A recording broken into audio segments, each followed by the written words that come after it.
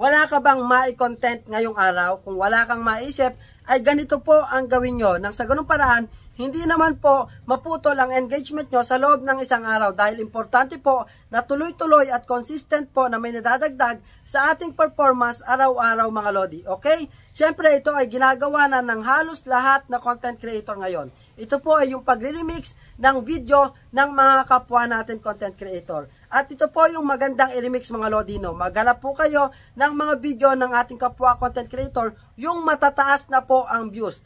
Dahil mas maganda po na i-remix natin yon dahil kaya tumataas ang views noon ay yun po yung nagugustuhan ng kanilang mga viewers.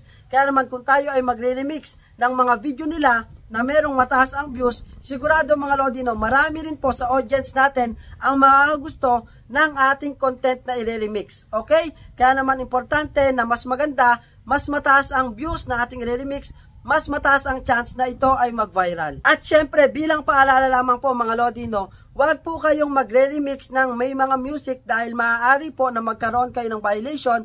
Hindi natin alam, baka mamaya copyrighted pala yung music na ginamit nila.